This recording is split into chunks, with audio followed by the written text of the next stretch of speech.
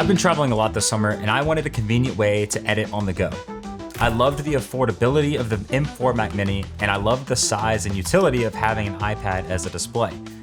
I searched far and wide for an easy method to use an iPad as the only display for a Mac Mini, but I found all of them to be too cumbersome or too inconvenient. After some research, I found what I believe to be the best way to use your iPad as the only display for a Mac Mini. Before I show you how I did it, let me show you what it looks like to use this setup.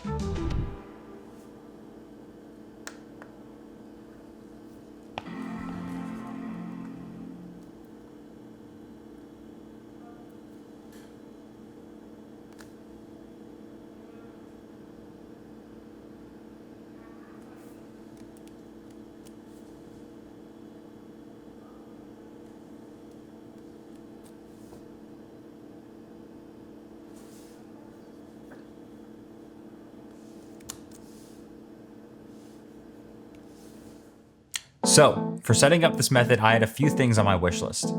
Wired or wireless, no HDMI adapter, no remote access programs, and no internet. With all that in mind, let's jump into it. Quick disclaimer, I'm doing this on macOS 15 Sequoia. Things are always at risk of changing or breaking with future macOS updates. This entire method is based around Ocasio-J's Sidecar Launcher command line tool on GitHub. They made this tool to work with an iPad shortcut to automatically connect Sidecar from your Mac Mini to your iPad. The shortcut works great, but the problem with the iPad shortcut is that it requires both the iPad and the Mac Mini to be connected to the same internet, which breaks my no internet required wishlist item. But the command line tool itself is rock solid. If you run the command line tool directly from your Mac Mini, it works great to connect to your iPad with no internet. So now I had to figure out how to run this command line tool from my Mac Mini with no screen. First things first though, we need to create a virtual display to trick our Mac Mini into thinking a monitor is already connected, since it won't turn on and run without one. I used the program Better Display and created a virtual screen the same size as my iPad.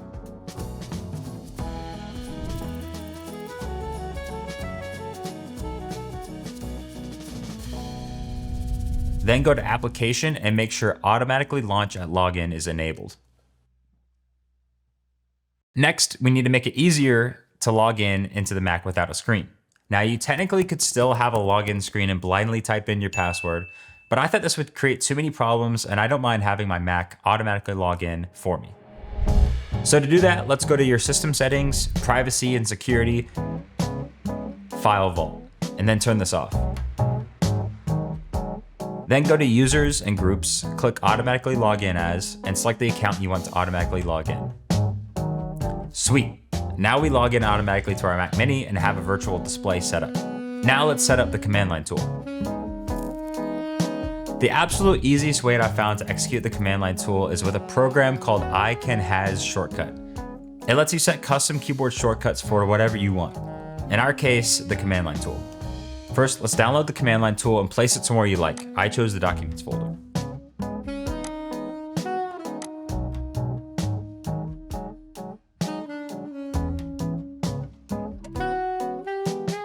Now go to iCanHas Shortcut, press the Add New Shortcut on the bottom right. In the command line, type in the full Sidecar Launcher file path, space, connect, space, your iPad name and quotation marks. You can find your iPad name in the iPad General About settings. Then let's choose a keyboard shortcut. I chose Command plus Option plus X. Lastly, let's go into our Mac Mini settings and make sure both Better Display and iCanHas Shortcut are login items. Go to System Settings, General, Login Items and Extensions, and make sure both programs are listed. If they're not, press the plus button and add both of them. Lastly, we need a way to execute the keyboard shortcut once we turn on the Mac Mini and automatically log in. I bought this ESR iPad Air keyboard case, $90 on Amazon. It uses Bluetooth connection, which is very important in our case. Because instead of connecting it to our iPad, like it's designed to do, we're gonna have it connect straight to our Mac Mini automatically. Now when we turn on our Mac Mini, we can just execute the keyboard shortcut that we just set up straight from our keyboard. And there you have it, a nice and simple iPad display Mac Mini. In my opinion, the perfect form factor for an airplane, setting up in the airport, or in hotel rooms. And of course, you can always add a monitor to the setup to add more functionality. I've used this setup for a few trips, and I've come up with a few pros and cons that I ran into so far. The Apple Pencil works and is really useful for things like masking in After Effects, drawing in Photoshop, or signing documents. But it's a little finicky in cases where you're trying to double click something and instead it moves it. Scrolling and zooming with fingers works. Here's some cons. An airplane outlet will short circuit when you try and render a video because of too much power draw, but it'll work for normal tasks like editing or browsing. The ESR keyboard I bought doesn't have an escape key. Maybe there's another iPad keyboard that does have one, but I'm not sure. The trackpad on the keyboard kind of sucks. It gets the job done when you're in places like an airport or on the plane, but in a hotel room when I'm set up and kind of stationary, I'll pull out a mouse and mouse pad, and that's a lot more efficient for me. Here's some troubleshooting tips. About a fifth of the time I run the command line shortcut, it connects to the iPad with universal control instead of sidecar. We don't want that. What I found works best is just restarting the Mac and trying it again. Holding down Command and Control and pressing the power button automatically restarts your Mac Mini. You'll know when the Mac Mini is booted up and logged in again when your keyboard light goes from blinking to solid blue. If you're still having trouble, connect the USB-C cable from your iPad to your Mac Mini, and it'll use a wired AirPlay connection instead of wireless, which can be more stable. And that's pretty much it. I've been really loving editing on the go on this setup.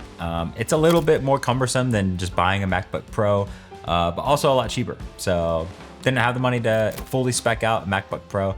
So I think this gets a job done for me when I'm editing from an airplane or in a hotel room. So let me know what you guys think, if you have any suggestions on how to improve this setup. Also, if you have any idea why the Mac Mini connects via universal control sometimes when I use the command line tool, definitely let me know in the comments below. But yeah, hope you guys enjoyed the video and let me know what you think.